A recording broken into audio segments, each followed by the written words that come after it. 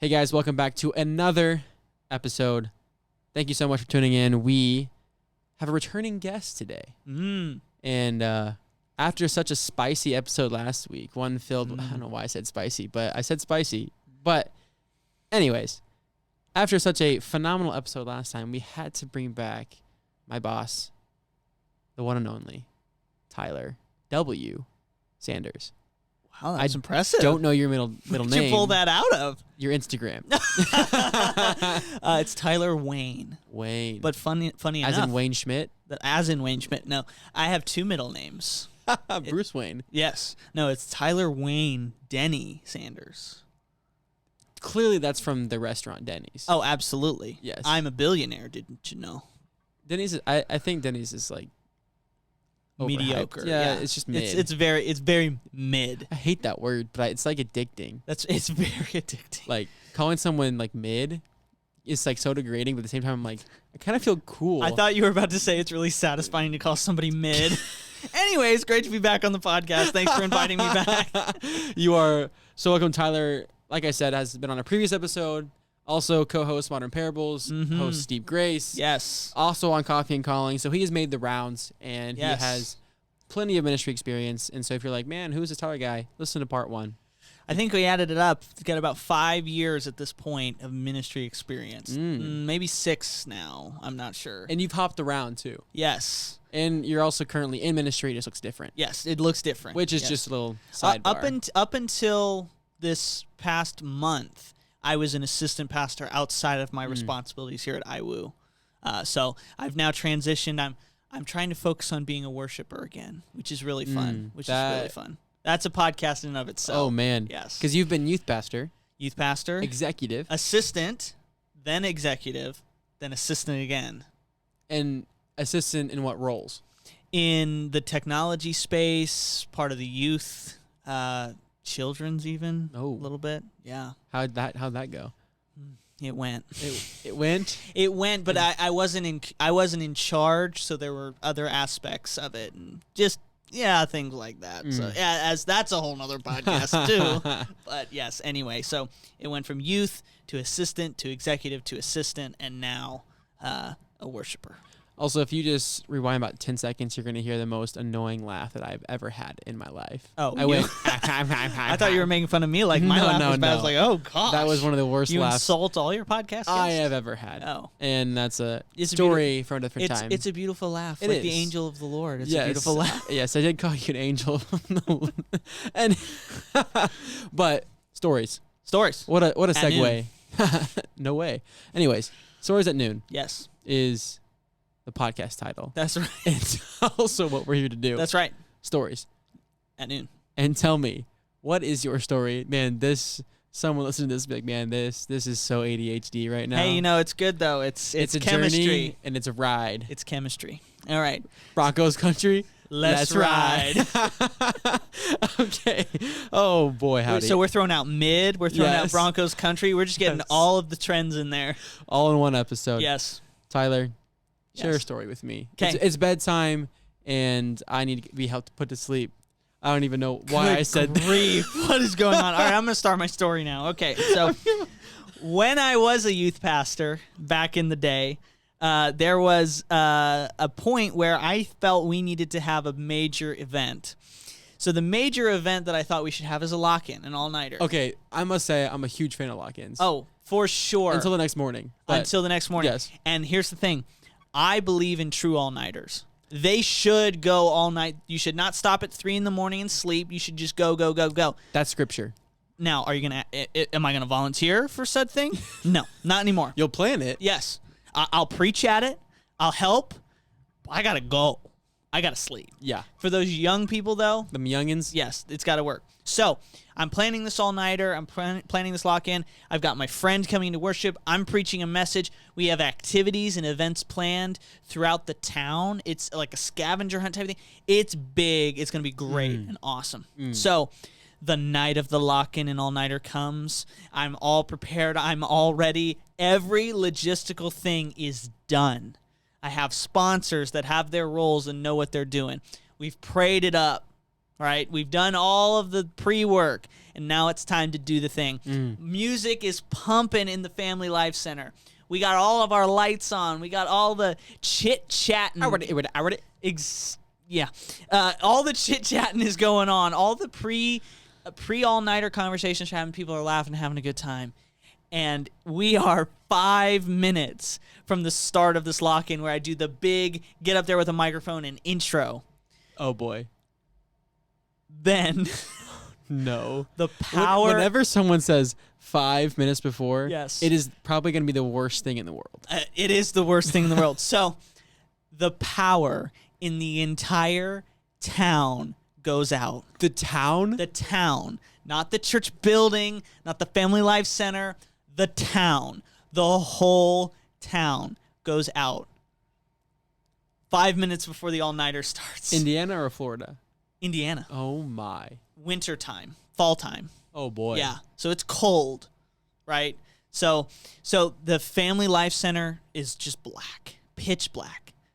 And I'm like, oh, my gosh, what do I do? I did not plan for this. Who does? Who plans does? for an all dark? Yes. That's a recipe for disasters with youth students. Oh, absolutely. Like, that's everyone's worst nightmare Yes. because you're like, where did Johnny and Jill go? Yes. We lost Johnny and Jill. Exactly. Exactly. 100%. And we're going to get to that. Oh, boy. Okay. So I just need to shut up. Okay. So the Family Life Center is diagonal to the church. So there's two different. It's an old church that was given to the church as the congregation was dying. Beautiful story there. Diagonal is the main church building. And I'm calling the senior pastor. I'm like, hey, I don't know what to do, all this stuff. He's like, well, we got power back on at the church. Okay? That's a miracle. Oh, a miracle. It's like the only place in town that has power. The gas stations don't have power. Nothing has power except the church. And I'm like, okay, all right. So here's what I'm thinking. We should just do our worship, do our message, and then that's it. And we send him home, and we do another lock-in a different time. And my senior pastor was like, no, you should do it anyway. I'm like, what are you talking about? All of the things that I had planned for this all-nighter are out the window. I have no programming at all for this all-nighter. What should I do? He's like, just figure it out. You just have a good time. Yeah, just do it. I'm like, okay. So we're going to be in the sanctuary? No, can't be in the sanctuary. Can't do it in the sanctuary. Well, where are we going to do it? You can have the children's wing. Now, the children's wing at this church is downstairs. It's in the basement. And there's no way we can comfortably have a service and then break up and do fun things for the all-nighter. We needed to stay downstairs for a very specific reason, and I understand the reason. They were using the church for something the following day. So this is Friday night into Saturday. There's a class, something specific going on upstairs, and he didn't think we were going to clean up in time. But, so... That's fair. Yeah, so now I have to convince all of these students who their parents have entrusted me with the care of these students to walk in the pitch black from this church to the other church, and go down to the children's wing, which is crammed, and have a fun all-nighter. A fun all-nighter did not come after that statement was made to these students. So I get up there, my friend gets up there, leads worship, I preach, the message falls flat, I feel. The only thing that was positive was my friend's worship. It hit right for the time. And maybe it only hit right for me because I was not in a good place at this point. So then I'm like, all right, well, we got some board games and stuff. We got some video games. We can like figure out and play this and stuff. We got a little TV. We can make it work and stuff. These students proceeded to get into cliques and refused to get out of these cliques for the entire night and refused to do the things that I tried to plan to do. So they just stuck in the rooms they were in and just talked all night long. And if you wanted to sleep, you went into some place and slept. It was a fail. How many people left? No, you couldn't leave the church. You couldn't leave the all-nighter. Your parents dropped you off, you're staying. They left to go sleep in the other room. I think 5 people did that. Out of how many? 25.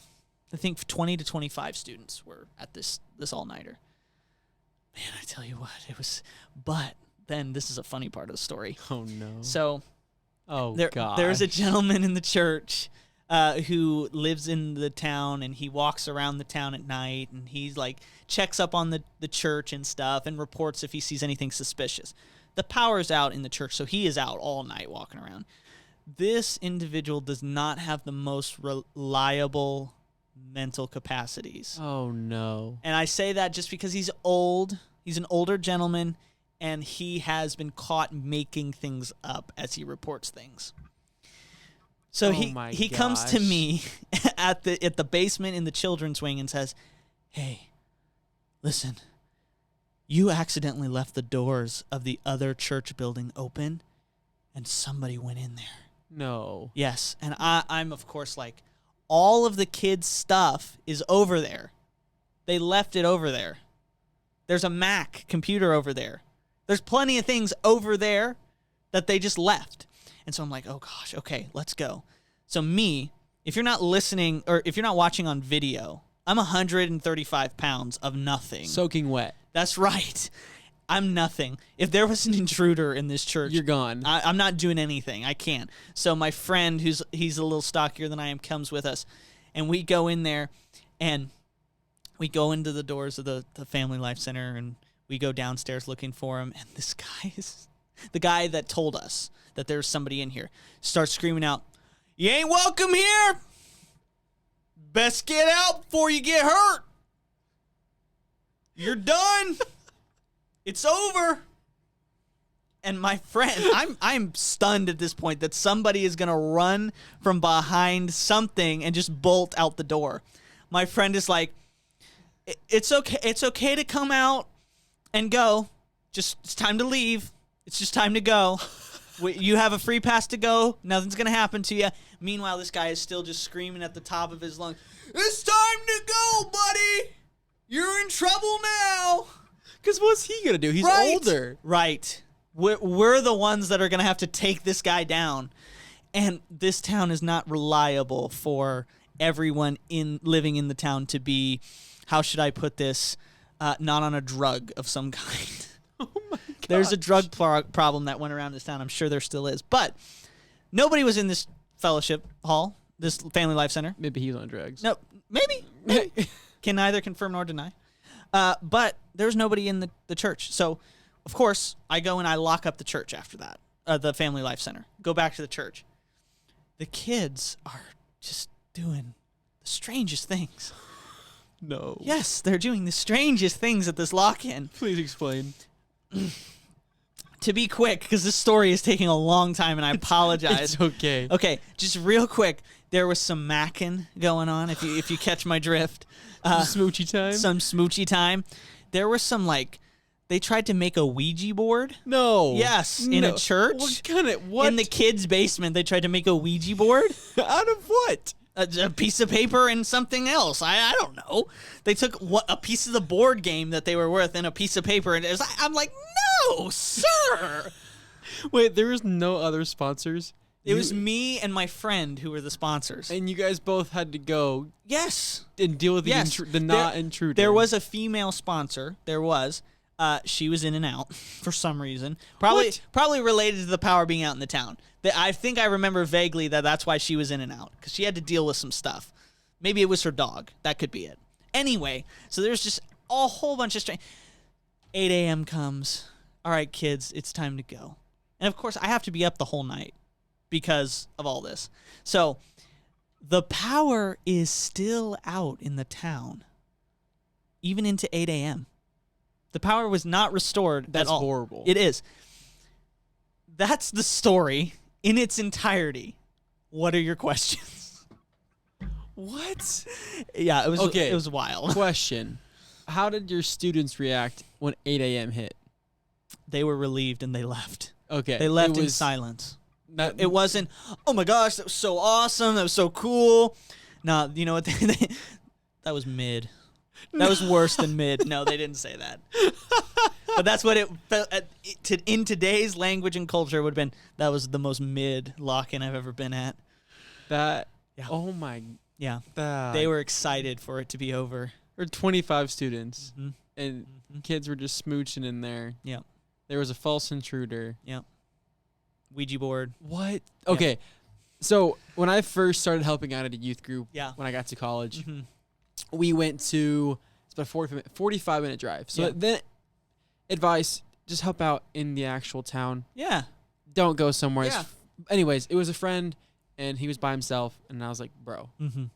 I love you. I care for you. You can't do this by yourself. Right. Granted, the youth group was like maybe 8 people, but Mhm. still, like, you are by yourself. Yeah. For different reasons besides just accountability. That's not Gucci, you know? Right. Guys and girls. It wasn't just dudes, right? And Mhm. sometimes it was just girls, just because it's a small youth group, Yeah. right? So I'm there, and I can't even begin to the amount of like things that went wrong was just. I was like, how is this possible? Yeah. For example, we're like, you know what? Rather than video worship, Yeah. we're gonna lead worship. Right. You know that sounds. Yes. We can all sing. I know it's not gonna sound great, but he can play the piano. I can play the cajon. Like, it's gonna sound good. We get there. We go to turn on this piano that has never once been charged because it's never needed to be. It legit has never not worked. Oh my gosh. It is always turned on. We go to practice just quickly. I mean, we both can kind of go by the fly. We're not talented, but we can get it done, right? We had things to do. Does not turn on. Oh my gosh. He goes, I have never charged this. It's never needed to be charged. I didn't even know that it could be charged. You know what I mean? Yeah. Like, and it's not been like for 3 days. It's been a long time. Oh my gosh. I was like, how is this possible? But like, so many small things just kept happening. Yes. Random things. Mm-hmm. But they were also times where I had some great moments of prayer, going Yeah. back to your last Yeah. episode. Because beforehand and afterhand and during, you had to pray. Yes. Because it wasn't this fancy thing. We both didn't. He knew what he was doing because he was a third year at Indiana Wesleyan. Yeah. It was my first year. I didn't know what I was doing. Mm-hmm. Very different. I went from a youth group of like 75 to like 5. Mm-hmm. Right? So what am I supposed to be doing? Yeah. I learned so much and I grew so much. Mm-hmm. How did you grow from the lock-in? Okay, yes. And I will say, going off of that point, that's a story for another time, but I'll tell you, in all the years of ministry I've had, the most, in the places of non-success, outward success, was the most inward growth I've ever had. All of the behind-the-scenes learning I had to do in prayer, in fasting, in seeking the Lord and surrendering things to the Lord, that is the place where most things happen. Now, going back to the lock-in. So I still can't believe you said the word macking. Mackie. It's just so funny to me. Anyways. You know, they were hooking up with their mouths So to make much- it worse. That's so much worse. Yes, it is worse. Okay, so some principles from this lock-in. First, I just want to say, just on the surface of it is okay to change your plans. You don't have to stick so stringently to your plans. So, for example, I wanted to have a night of worship and send these kids on home. The power's out in the whole town. The only place that has power is the church basement. The church, and the place we're confined is the church basement. They're not going to have a good time at all. Send them home to where they can be with their families, whatever. Get them back home to speak to the parents. The parents will understand. We don't have the infrastructure to entertain your children from 6:30 p.m. to 8 a.m. We just don't have it now. We had a whole bunch of stuff, but we don't have it. It's okay to change plans. Now, another thing is, when the nightmare scenario happens, don't panic. Seek out more wise people than yourself. Now, that's what I did, but I disagreed with the wisdom that I was given to continue the event, right? Yeah. I should have reached out to more individuals. I should have reached out to other people who've been along the journey. Because what does a senior pastor want? A senior pastor wants a successful event. Right. He wants those kind of things to happen, so of course he wants the event to continue. I get that. The kids are already there. Mm-hmm. There's an opportunity to share the gospel. His eyes, just do it. Yes. He didn't think long term. Right. Because worship and message, that could have been cool. Yes. And we could have had an extended time of prayer afterwards. It could have been a very moving and impactful time for the Lord to move. What happened after the sermon, though, just was all kinds of awful. And so what do we do with that? Another thing to bring from this story is recovery. Oh. Yes. No one ever talks about this. No one ever talks about it. Every athlete's least favorite part about anything. Absolutely. No one likes to stretch afterwards. They just want to lay in a bed and just curl up in a ball and just die. And so there's two recoveries. There's the recovery after an all-nighter, whole different thing. Recovery from a terrible event, a terrible thing happening. An absolute utter fail. An absolute utter fail. Like I said, the only good thing about this lock-in was my friend's worship. How do you recover from that? Because as a pastor, when you plan an event, that's the thing. That right there is the thing you're hinging so much on. And when it's considered a failure, you can internalize that. You can take that upon yourself. You can think, there's no way anybody learned anything from this. There's no way anybody got anything out of this, and I am a failure. But you have to back up. First of all, realize that the power going out in the entire town is not something within your control. No way. No way.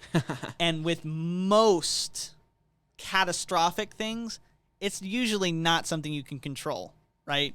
Like, I don't know, a fire starting or, all the power in the town going out. You can't control it.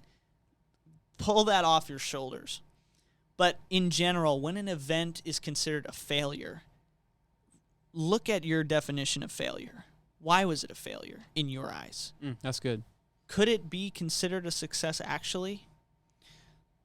For example, say we plan that lock-in and the power in the whole town doesn't go out, but 2 kids showed up to our lock-in. Right. Are we still going to do that lock-in? Probably not every bit of it because it was made for a larger group. But we're still going to do something to reorient them. We'd still do worship. We'd still do a message. And what if our lock-in is a complete and utter failure because only 2 showed up, but one of those 2 had an encounter with Jesus Christ during that event? Perspective. Exactly. Do you do things for the one, or do you do things to get as many ones as possible? Do you do things to impact the one, or do you do things to provide a space where hundreds have to be there or it's considered a failure, right? Yeah. What are we defining as a success and a failure of an event? Because you can spend...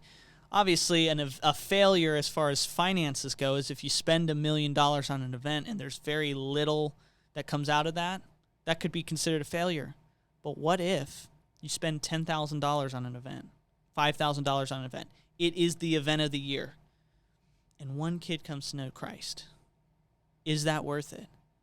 And of course, everyone says, hopefully, yes. Hopefully they say yes. Next year, you can look at the budget and you can play with things afterwards. But don't discount the event. So in your recovery, look at your definition of failure. Look at your definition of success. Was it successful? Was it good? Did something positive come out of it? And honestly, you might not hear about it. Right. You might not hear about it for a long time or ever. There's plenty of pastors that have stories of they preached at this lock-in, and years later, that kid came back up to them at a Starbucks and said, "Do you remember that message? It changed my life forever." Wow. Crazy. Yeah.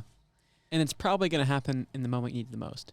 Yes. Because yes, after you preach a sermon, you don't always need that, oh my gosh, that was the best thing in the world. Yes. Because there's usually a recovery period after you preach of like, I'm exhausted. Yes. I just gave everything out. Yeah.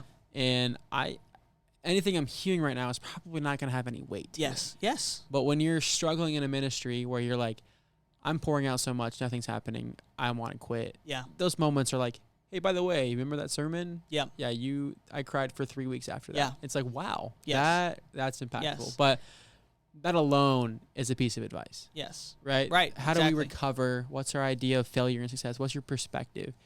And you already gave a little bit of advice. Yeah. But I want to hear some more. Okay. If you could go back in time. Yes. Give yourself advice again. Yes. Remember, this is the same question from the first episode. Yes. And it was maybe your idea for this question in the first place. Right. What advice would you give to yourself? That's different than prayer. Yes. Different than what I said first. So, specifically with regarding recovery, there is a point that every pastor comes along and finds himself in ministry. It's without fail. Anyone. There's got to be unicorn pastors that this doesn't happen to, but every single one will... Unicorn pastors. Unicorn is in the rarity of that pastor. Like, they won't experience this. You will doubt your very call into ministry through a moment of failure, through a moment of chaos, through a moment of trauma, through a moment of just utter lowness. You are at rock bottom in ministry. what is a recovery step that you can practically take? And it has to be, we have to remember the story of how we were called. Someone who's called has a story, whether you think it's a good story or not. I have a friend. She's great. She hates her call into ministry. She hates to share it. She doesn't like it. She thinks it's not a good story. But in the end, when it comes down to it, when you're doubting the most, it's those times you need to remember the story of your calling. For me, I remember the moment when the music faded at youth group and I saw myself preaching. If you want to hear more about that, go listen to the Coffee and Calling episode. Nice. But in that moment, I remember that. I remember when Carrie Griffin came up to me at the beach months later and said, out of all of your brothers, I see you as a pastor. Every time I've gotten low in ministry, and there have already, in just the 6 years, there's been low points, rock bottom points where I needed to remember that call. In recovery, remember all that the Lord has done. But specifically for pastors in a low point, remember how he called you. And remember all of the faithfulness in ministry he's been since. And go on a retreat. Separate yourself. Go set aside time to be at a set aside place with the Lord doing set aside things. Go take a holy time. Be with him. That's good. As a part of that recovery. And if you hate, for example, you want to remember it, but you're like, I want to forget it. If you hate writing stuff down, record yourself. Yeah. Like, yeah, absolutely. I'm not a fan of writing. My hand hurts. I'm a wimp. You know, it looks bad. It's all those years of disc golf, yeah. I smear my hand. My hand's all brown. Not brown. It's like gray. It's all gray and black after writing. And so I've typed it before. Yeah. I also have a calling episode on Coffee and Calling. Yeah. Like, yeah, if you want to remember your story, come ask to be a guest. But also, sure, yeah. Write it down, record it. Yeah. Do some way that you can look back on that and be like, okay, this is legit. God didn't make a mistake. Yeah. You know, God doesn't make mistakes. Yeah. But there's creative ways to remember. There is. And there is. And another thing, too, is don't isolate yourself. Because isolation is the worst enemy of a pastor when it comes to failure and things. Get into a community. If you are somebody who's in high school, who's just discovering their call, you're the only one in your high school who's called into ministry. You still got to find someone. You still got to go out. You still got to find a community to be a part of that will back you up. And 2 communities come to mind. One, for those high school students, the Called Collective. This is not a shameless plug. This is exactly what the Called Collective was designed for. It's designed for people who are called into ministry in high school to be in a community where they can talk to like-minded people called into the same thing and grow and develop in ministry together. And then there's the current program, which you and I've been a part of, you're a part of now, where it's a community, a cohort of college students all called into ministry, maybe all around the world. Yeah. But you're in a community together and it's going to last for a lifetime. My cohort, we still talk about the hard things. We still talk about the things that go on in ministry. Yeah. And it's so good. Don't isolate yourself. And even if you are in a youth group or you're not in a youth group or in a church, there are people your age that love the Lord. Yeah. Regardless of what you think. And even if they're not called ministry, that does not matter. Right. I was in a small group. Yeah. And I was called ministry with one of my buddies, and I had 5, 6 other guys that just love the Lord. Yeah. And they never saw it as like, oh, no, you're called to ministry, so we have to listen to you now. But it was, I'm your brother in Christ. I'm just as dumb as you are. Yeah. I make the same mistakes that you do, and I still need your love and your support and your encouragement when I go through my life and life gets hard and life sucks. So, Tyler, once again, thank you. And once again, give me a slogan of your advice. You totally failed last time. Yes, I know. I'm stalling so you can have a chance. I recovered, though. Yes, you did. I recovered you did. making something up. So, all right. So, when failure comes, recovery is important. Recovery is examination, not to isolate, and to remember. Mic drop. Sure.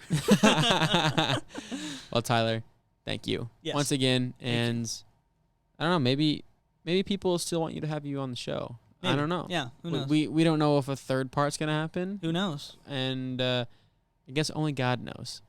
It's true. What an insightful thought that is. That's good. But thank you guys for listening. Yes. And I want to remind you, you can watch this. You can watch my face as Tyler shares a story. That's right. On the Cog Collective page on YouTube. That's right. So if you're like, man, I'm sure this story made Noah's jaw drop, you would be correct. There was plenty of times where I was laughing. So go give it a look. Yep. Give it a listen. Share it. Like it. Whatever. Give me ideas on who to host next or whatever that may be like. Yeah. So thank you guys so much, and we will see you guys next time. Deuces.